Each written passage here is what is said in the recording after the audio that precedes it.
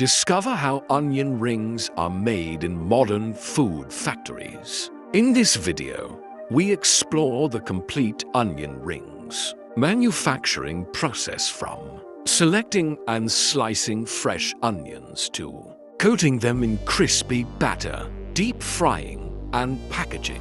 Learn how your favorite golden, crunchy snack is produced on a large scale using advanced machines and food processing technology. If you enjoy food factory videos and want to see how popular snacks are made, this behind-the-scenes look at onion ring production is for you.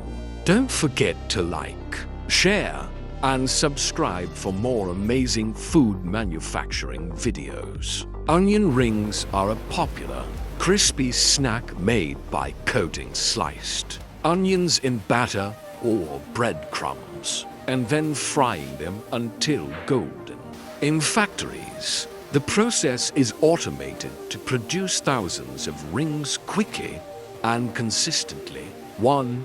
Selecting and preparing onions. Large, fresh onions are selected because they produce bigger rings. The onions are washed to remove dirt, and the outer skins are peeled off. 2. Slicing the onions. Machines slice the onions into even circular rings. The inner rings are separated so they can be used individually.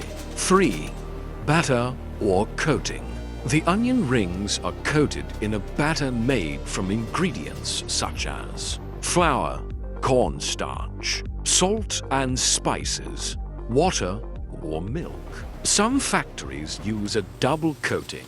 First batter, then breadcrumbs for extra crunch. 4. Frying.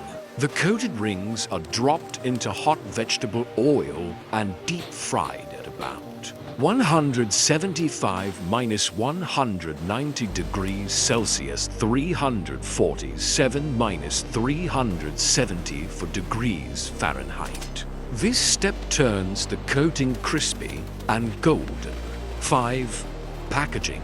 Finally, the onion rings are packed into bags,